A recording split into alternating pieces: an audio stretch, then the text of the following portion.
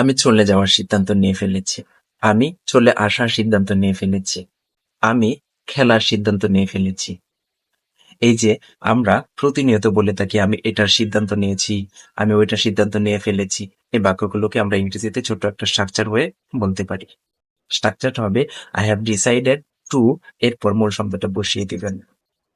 তো আমি যদি বলি আমি চলে যাওয়ার সিদ্ধান্ত নিয়ে ফেলেছি, তাহলে বলবো I have decided to go. দেখুন, এখানে মূল শব্দ কি? চলে যাওয়া। চলে যাওয়ার ইংরেজি হচ্ছে গো। এই জন্য আমি বলেছি I have decided to go. I have decided to এরপর মূল শব্দটা গো বসিয়ে দিয়েছি। এখন আমি যদি বলি আমি খেলার সিদ্ধান্ত নিয়ে ফেলেছি, তাহলে বলবো I have decided to play. দেখুন, এখানে মূল শব্দ কি? খেলা। আর এই জন্য আমি আই হ্যাভ ডিসাইডেড টু এরপর মূল শব্দটা অর্থাৎ প্লে, খেলার ইংরেজি হচ্ছে প্লে, এই প্লেটা বসিয়ে দিয়েছি। I have decided to play, আমি খেলার সিদ্ধান্ত নিয়ে ফেলেছি।